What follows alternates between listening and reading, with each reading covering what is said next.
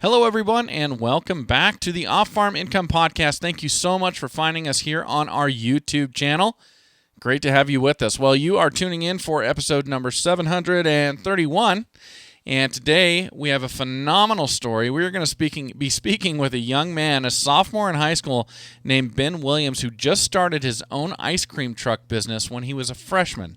That's right. He doesn't even have a driver's license yet, but he's got an ice cream truck business. Really interesting what he did and why he did it and how he got it going. And he is a grant recipient from the state of Kentucky through a Shark Tank competition for FFA students. Really phenomenal interview, phenomenal story. We'll have it coming up for you here in just a moment. Joining me today is Ben Williams, and he's coming to us from Thomas Nelson High School in Bardstown, Kentucky. He is another participant in Kentucky's Shark Tank competition for FFA students with a very, very cool business. And sophomore in high school this year. Welcome to the show, Ben. Great to have you on. Thank you for having me. Hey, you bet. I want to give you my compliments. I watched the videos of the different Shark Tank competitors for what you all did down there in Kentucky, and I really enjoyed your video, and I enjoyed your business idea. Well, thank you so much, Matt. It was really something special to me, and being able to receive that size of a grant was really fundamental and really key to being able to do more with my business. Well, that is great. I'm glad you did, and we'll kind of swing back around to that here in a second. What I'd like to do to start off is just kind of introduce you to my audience by asking you a few questions about you. Would that be all right? Yes, sir. All right. Well, how old are you now? I'm 15 years old. Okay, and that puts you as a sophomore there in high school. So when you are not at school, when you're at home, are you in town? Are you on a farm, or something kind of in between those two things? I live on a farm in Bloomfield, Kentucky. It's about 30 minutes from school, but I live on a beef cattle farm. Okay, very good. And is it your folks who are running the beef operation, or are you involved in that as well, or how does that all work? Yes, sir. It's kind of a family thing. My dad's a manager at Kentucky Farm Bureau, and we have a farm on the side, and he raises Angus beef cattle, and we have some crop and some land over in Bloomfield. Okay, very good. And when I was watching your video, if I remember right, at least where it was shot, it looked like it was kind of wooded. Do you have woods around your farm there? Yes, sir. Okay, very cool. Well, now, how long have you been part of the FFA? I've been a part of FFA for a long time now. I have two older brothers that were in it for 4 years each, but me personally, I've been in FFA for about 2 years now. Okay. Are you able to start in 8th grade there where you're at, or do you wait for your freshman year of high school? I'm allowed to start my freshman year. Okay. Back when I was in middle school, we didn't have the middle school chapter, but this year we were actually able to reach out to the middle school, and they're starting their own middle school chapter now. Okay, very good. So you've had the role models of both of your brothers being in the FFA. Is that why you joined? Yes, and my dad used to be in FFA back when he was in high school, and I also wanted to be in FFA because it's such an inspirational club and something that actually is involved with agriculture and helps build the community and our involvement with the community. Yeah, very good. Okay. So here you are, you're starting your second year. I guess you're about halfway through your second year of FFA. What do you think so far? I think it's amazing. I absolutely love FFA and all the different activities involved in FFA, and especially CDEs. And I'm currently working on Ag Sales CD. I'm actually going to be competing in that next Tuesday. Okay. And I'm really excited about that because I get to learn about communication skills and getting to learn about the business side of agriculture and the different properties and aspects to that. So CDEs, we're talking about the career development events. Those are your favorite events so far? Yes, sir. What kind of stands out about that? Is it getting exposed to those different careers and learning about them, or is there something more about that event that makes them your favorite?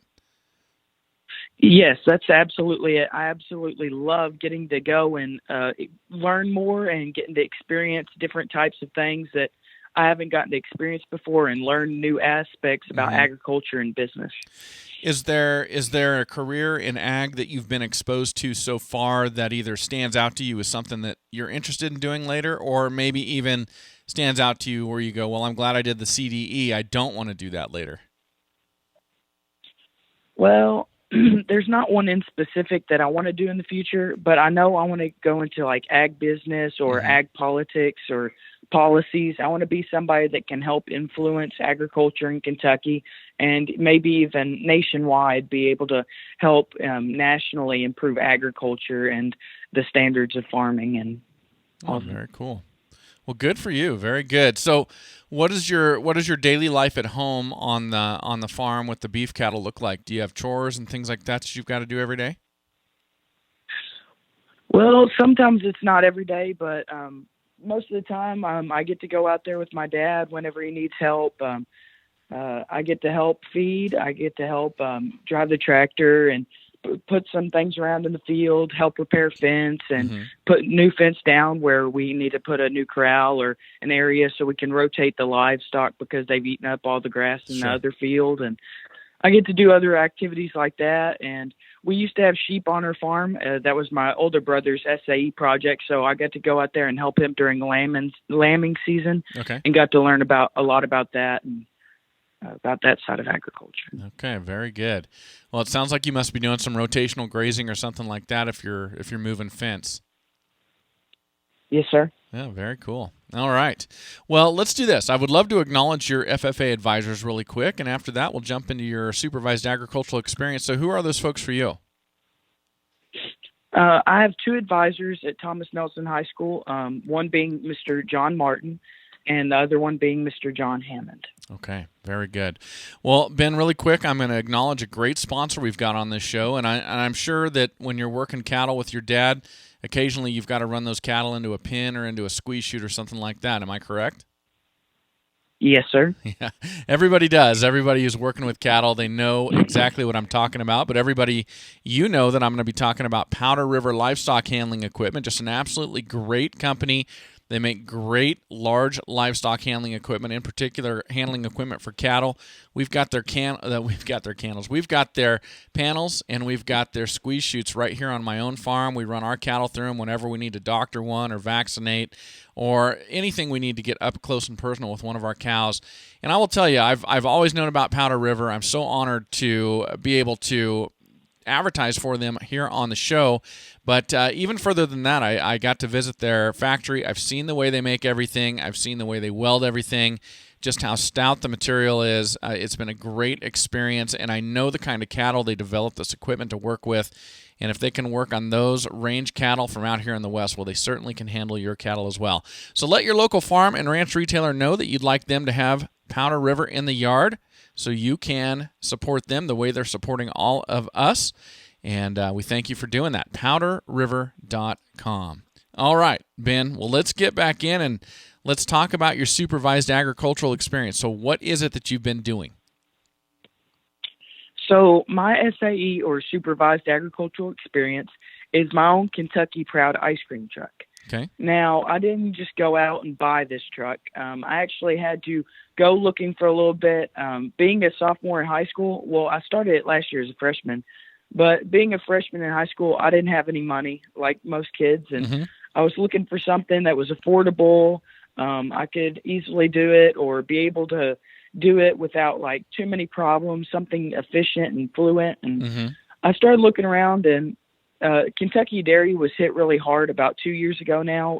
Walmart switched their processing from where they get their milk, and I knew I wanted to do something in the dairy industry, but I didn't really know what. I didn't know if I wanted to raise my own or try doing anything like that, but I knew that wasn't working for all like experienced dairy farmers, so I wanted to do something new, something that hadn't been done before. Okay. And so it popped into my head one day, maybe like had to do something with ice cream because everybody loves ice cream. Yep.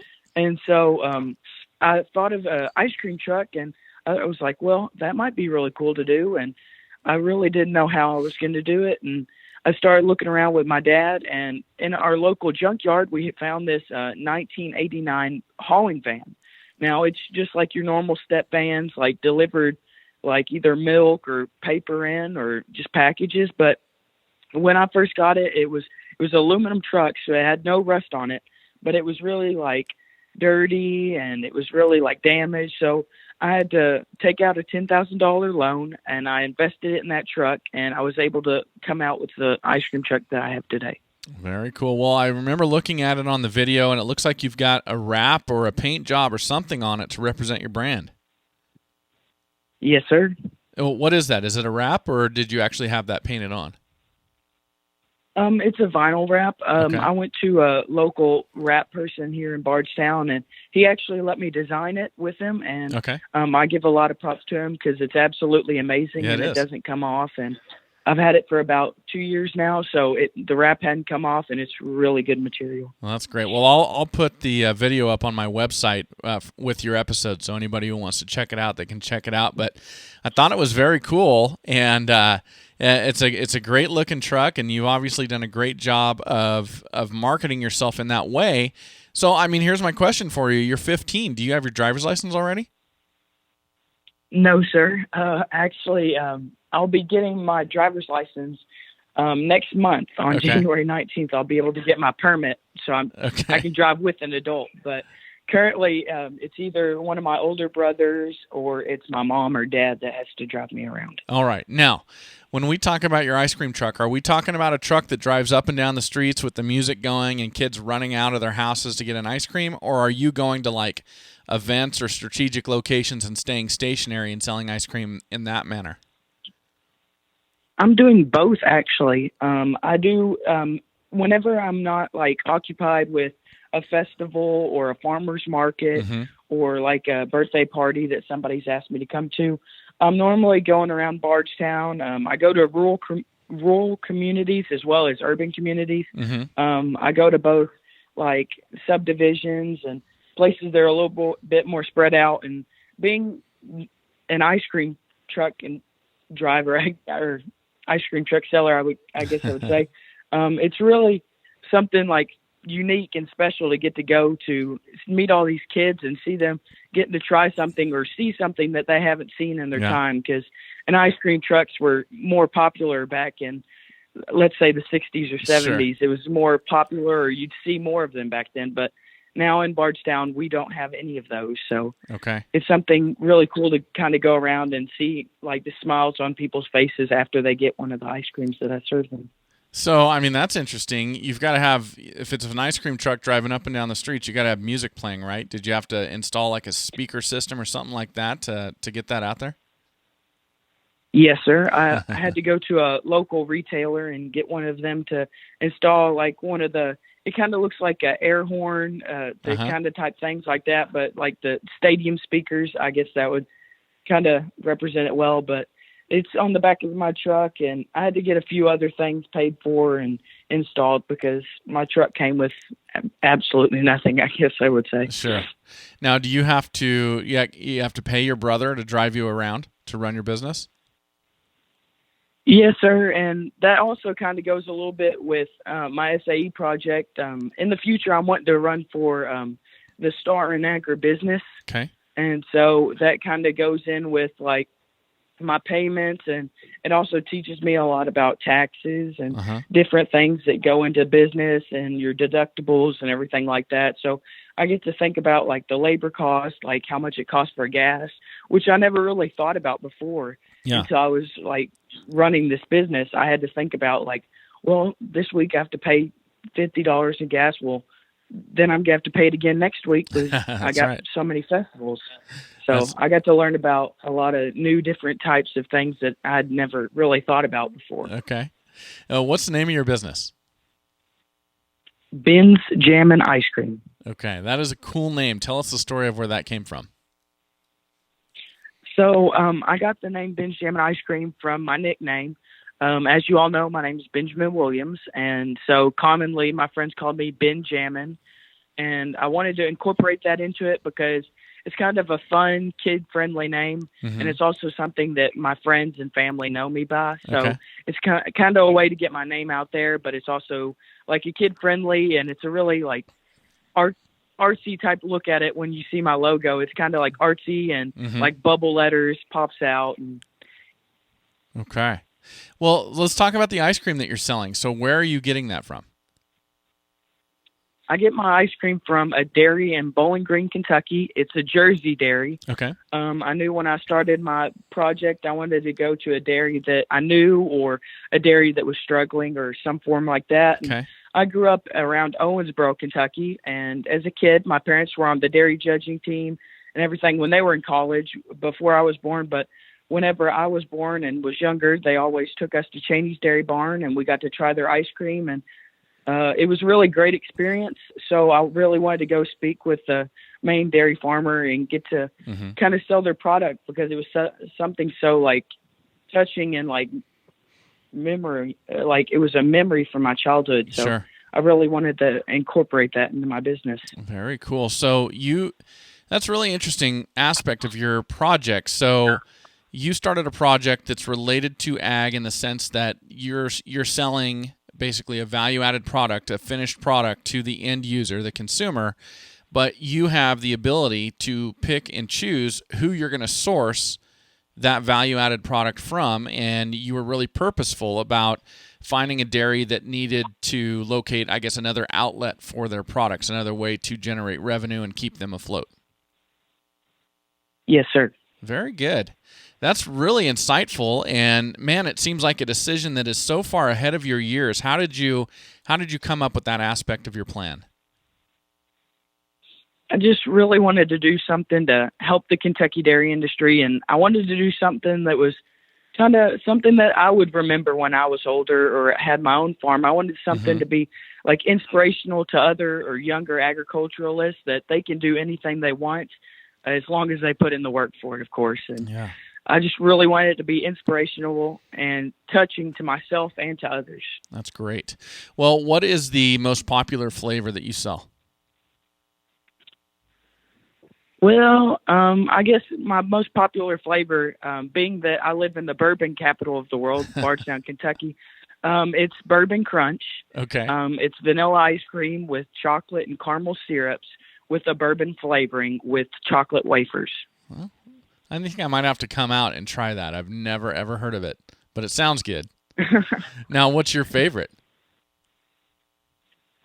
My favorite is, they call it Blue Moon, but it's this cotton candy flavor, that you can really like, it kind of tastes a little bit like the vanilla, but it's got this little taste to it. And being that it is from a Jersey dairy farm, it already has that like creamy, like buttermilk type flavor. And so it's a little bit more like milky and everything. So that's my favorite flavor. Okay. Now, do you have like a good butter pecan on your truck? Yes, sir. My parents absolutely love the butter pecan. Oh, man. All right. Well, I think it's a write-off if I come out to Kentucky to buy your ice cream. I think I may have to make that happen. I got to try the bourbon and, of course, the butter pecan. That's probably my favorite. Very cool.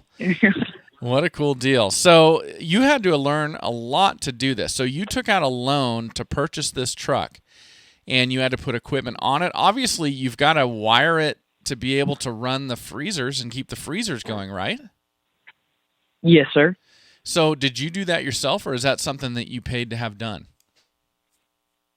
Well, I had to pay for it to be done because being that I'm 15 years old, I have a few ag classes where we get to talk about like wiring and small engines and everything like that. But I myself didn't have much background with that. So I called a local friend that I knew ran their own business and asked for them to do it for me. And they got that wired in for me and the music and everything wired in with it. Okay. And so do you have to run like a generator, or do you have to have extra batteries or something like that to keep those going as you're driving around? Well, I have a generator, and sadly, being that I've used it for 2 years, and it's got about 500 hours on it now, I'm having to invest in a new one, but I keep a generator with me, and I have a bunch of like thick extension cords. So whether it's like my ice cream holds for about an hour and 30 minutes before it starts like dropping and starts to melt. Okay. But before that, I can like drive around to the different festivals or events, and then I'll either go out and set my generator somewhere where it doesn't affect the festival or anything like that, or I can have it out the side. There's a little department spot that we had put into it where it can send out like all the carbon monoxide and dioxide out of that way. Well, I suppose you could run those freezers, if you had the right type, off of propane as well. I didn't think about that. Well, I guess when I first thought of it, I never really thought about propane, but now that you mention it, that does seem like a pretty good way to run that. Yeah, I mean, obviously they do it in travel trailers and RVs and stuff like that. They run the fridge and the freezer off of propane when you don't have electricity. So I guess that'd be a possibility. But yeah, I was brainstorming there how that would work. Oh, that's really cool. Well, so yeah, you bet. So you've got your truck, you've got all the equipment, you've got the business going. So as you were developing the business and getting it going and kind of learning about how to do this, what's been like one of the biggest challenges, something that you had to learn and overcome for this to work out? One of the biggest challenges I faced was when I first started off, the truck had a lot of repairs. And, of course, I took the loan out for it, and it really scared me at first. I thought I was going to be like everybody else, and I was going to fail. And I thought at first that it was going to fail, and then I was going to have all this debt. Of course, it's going to be added onto my future debt when I want to go to college. And so I was really worried at the beginning. And then I was able to, I got my repairs done and everything like that. And I was really nervous about it. And then I started getting a few festivals, and it lessened the stress. But then I saw this grant for Kentucky FFA Shark Tank, and I was like, well, I've watched Shark Tank before. I said, I like that business type, like interview and everything like that. And so my advisor really recommended it with me. He came out and helped me with my video.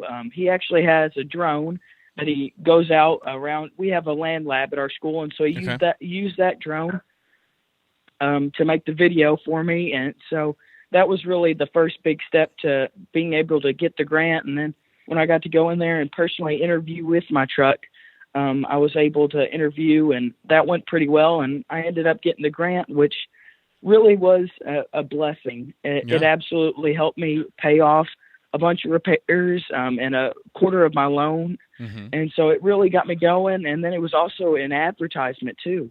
Yeah. And so more people started hearing about it, and they started asking me for their festivals and different counties in Kentucky. So I really got to go around through different countrysides, see new things and different things in Kentucky, and really got to experience a lot of great things. So being that I got this grant, I feel like my project has turned a lot for the better, and it's really at a great point, I think.